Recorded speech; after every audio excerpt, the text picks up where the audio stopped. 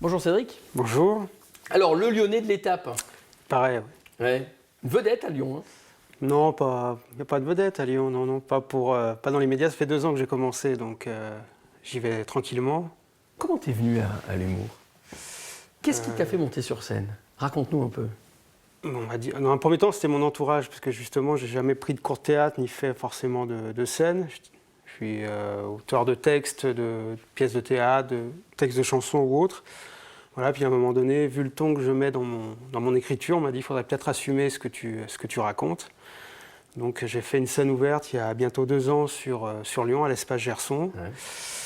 Tu t'es fait violence ce jour-là? Ouais, je suis arrivé pratiquement sur scène avec mon texte dans les mains, en tremblant, en regardant mes pieds pendant un quart d'heure à peu près. Et malgré cette prestation pitoyable, en fait, le public a bien réagi. Et j'ai été tout de suite pris en main par l'équipe de l'Espace Gerson, la salle lyonnaise, qui après m'ont fait jouer un maximum de fois, m'ont vachement encouragé. Donc ça a débouché après sur quelque chose d'un peu plus structuré. Et puis justement, ça m'a permis de faire beaucoup de festivals et de me montrer un peu de partout en province. Ouais. Tu te souviens du premier texte que tu as joué? Oui, c'est sur la profession de mon personnage qui est conseiller funéraire. Donc voilà, c'était un petit peu c'est l'introduction aussi de mon spectacle complet. Donc c'était à peu près 15 minutes sur le centre funéraire, sur les clients qu'il reçoit, sur d'autres thèmes aussi que j'aborde dans le spectacle, mais qui gravitent sur sa profession et qui débouchent à chaque fois sur des situations qui reviennent à chaque fois à son centre funéraire. Pourquoi avoir pris ce personnage-là comme personnage principal? Une conseillère NPE qui m'a donné envie d'écrire ce personnage. Justement, parce que j'étais au chômage pendant 6 mois à peu près, j'ai reçu un courrier qui me proposait d'être conseiller funéraire. Comme je n'avais rien demandé, je me suis pointé à l'agence et j'ai demandé à la conseillère pourquoi elle m'avait proposé ce job. Et en une phrase, elle m'a dit « On trouve que vous avez le profil ». Et le déclic a eu lieu ce jour-là. En fait, je me suis mis à écrire là-dessus, à trouver pas mal d'idées. J'avais déjà pas mal de choses qui étaient similaires, qui traitaient de la mort ou de ce genre de choses. Donc ça m'a permis après de greffer, de structurer vraiment un personnage et une ambiance que j'imaginais peut-être pas forcément au début, parce que j'avais pas encore eu l'idée avant ce déclic. Ouais. Il est comment ton personnage? Ah, il est con, ouais, il est froid, il est un petit peu... je pense que j'ai pris tout ce qu'il y a de pire chez l'homme, et j'ai tout mis dans un même personnage, quoi. Il est misogyne, aigri, raciste, voilà, toutes... Ce sont des qualités pour certains, mais voilà, j'ai essayé d'en faire un monstre comme ça, mais à visage humain. Il y a pas mal de côté pathétique ou de passages comme ça, un petit peu larmoyant dans le spectacle, justement, pour essayer d'humaniser un petit peu. Comment il s'appelle? Mon personnage s'appelle Edgar, mais je ne le cite pas dans le spectacle. Voilà, c'est pour moi, pour essayer de mettre un peu dedans. Voilà, je vais trouver un petit peu un profil et un prénom qui est Edgar. On va le regarder tout de suite, Edgar.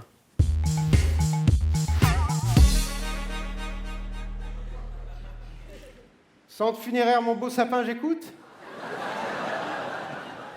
Oui, bonjour monsieur. Madame. Mais c'est que madame a la voix très grave. Alors madame anticipe? Un petit devis avant de passer au four? Non, madame appelle pour son petit. Brandon, votre fils adoptif. Oh mon Dieu, c'est atroce. Ah oui, ça je peux pas. Un prénom comme Brandon, c'est atroce. Brandon, Kevin, Jonathan. Ces prénoms à l'américaine donnent un côté fast-food à mes pierres tombales. Et j'aime pas ça.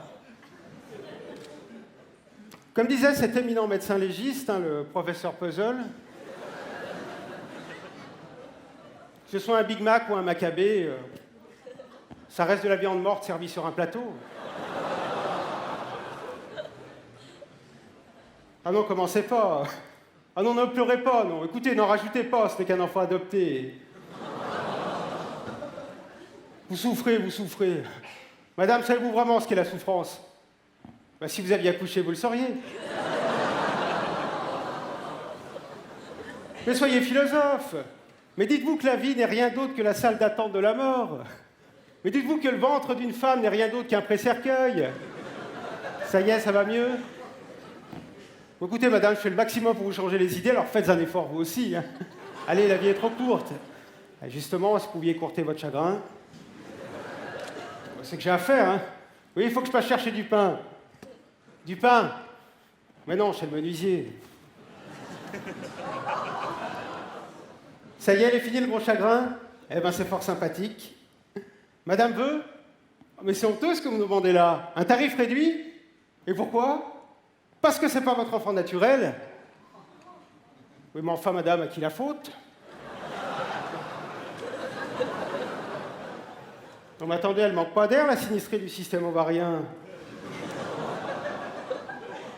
Bon, écoutez, je peux éventuellement faire un petit geste commercial. Ben, je reste humain avant tout. De quelle marque était-il? Il était vietnamien? Oui. Preuve que tout ce qui est bon marché n'est pas fiable. Bon, ce que je propose, ma petite dame, apportez-moi la dépouille et puis je me débrouille. Mais oui, mais tout à fait. Mais comme lors d'un barbecue improvisé, on trouvera toujours un petit bout de cagette à mettre dans le feu. Allez, à très vite.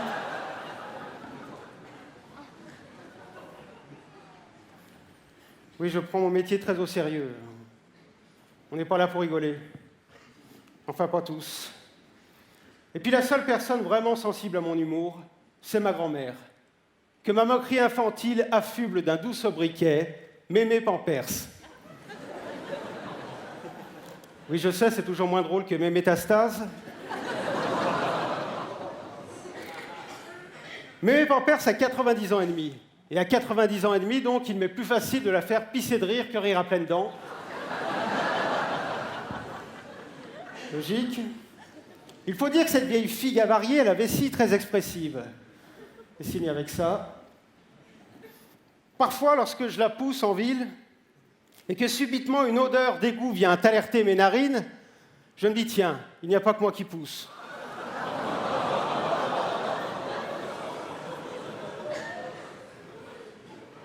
Parfois, afin d'embraser ses zygomatiques, je lui chatouille chaleureusement ses petits arpions. Guili guili la mamie, guili guili.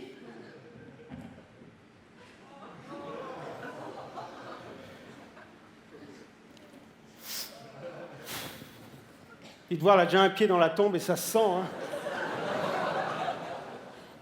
Il va falloir penser à la toilette, hein. Un bon bain, bien chaud, à chaque bouillon son légume. Tu as d'autres idées d'écriture après ce spectacle-là? Tu es déjà sur autre chose?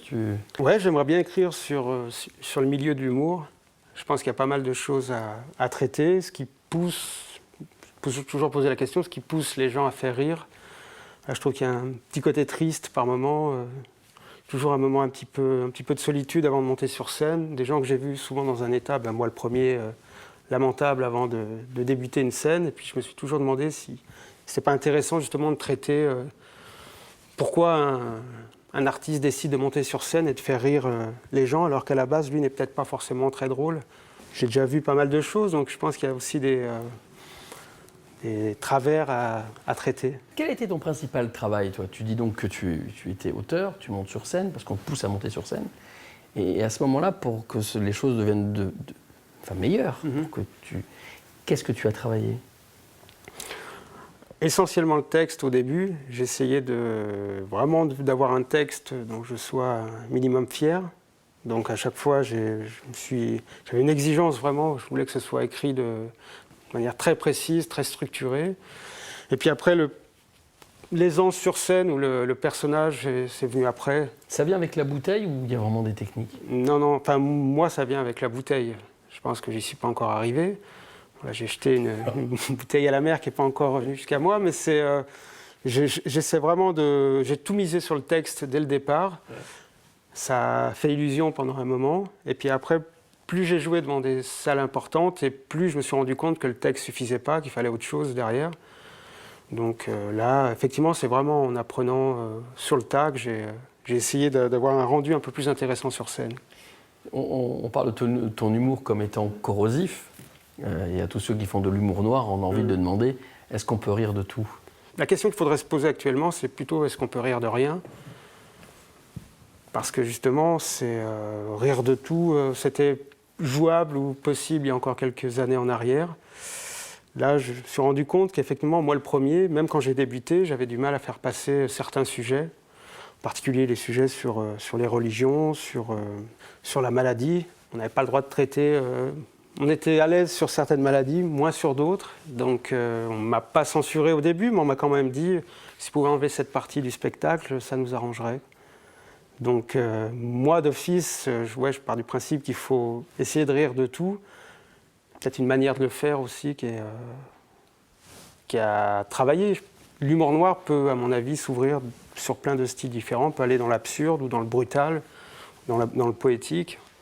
Enfin, depuis des années, on voit quand même pas mal d'artistes qui arrivent sur la scène pratiquer de l'humour noir et qui peuvent avoir chacun leur style bien singulier, quoi. Demain, tu te vois comment ? Peut-être au chômage, je ne sais pas. Je vais peut-être retourner voir ma conseillère à NPE. Mais j'ai pas forcément de projet. Il y a déjà une production sur Paris. Oui, une production qui arrive, mais après, c'est même on me dit que ça va être difficile de proposer mon univers en télé, par exemple. Donc j'ai peut-être plus de chance en chronique radio. Et puis quoi qu'il en soit, je pense que je resterai auteur, quoi qu'il en soit. C'est-à-dire que même si je suis amené un jour à ne plus faire de scène, je continuerai quand même à écrire des textes parce que c'est ma passion première, c'est vraiment ce qui me plaît, quoi. Tu ris beaucoup ? Oui, mais pas forcément devant les spectacles d'humour. Je ne suis pas un très bon public. Si on me met au premier rang, je suis capable de déprimer l'artiste qui est sur scène, si jamais il me regarde dans les yeux. Mais par contre, j'intériorise beaucoup et je suis très attaché au texte. Donc c'est vrai que quand je vais voir un artiste ou un humoriste, avant toute chose, j'écoute le texte et puis après, je me laisse embarquer par des styles différents. Des choses même visuelles tout me plaît, mais à chaque fois, oui, effectivement, j'ai une petite exigence sur le contenu, quoi. On attend avec impatience ton spectacle sur l'humour, avec donc la personne qui viendra déprimer l'humoriste sur scène. Oui, il y en a déjà eu, je ne vais pas citer des noms, mais j'ai fait le Festival d'Avignon cette année, et effectivement, je suis allé voir 2-3 potes, je me suis mis au premier rang, et ils m'ont fait la remarque après, quoi. Ils m'ont dit, écoute, la prochaine fois, tu te mettras au fond, tu resteras dans les coulisses, parce que avoir une tronche pareille quand on joue, c'est terrible, quoi. On gardera quand même en mémoire que tu es un bon camarade. Pareil, oui. Il paraît. J'ai l'air assez réservé ou pas très avenant comme ça, mais je suis un bon camarade, oui. Une bonne éducation, donc je suis quelqu'un d'assez ouvert. À bientôt. À bientôt.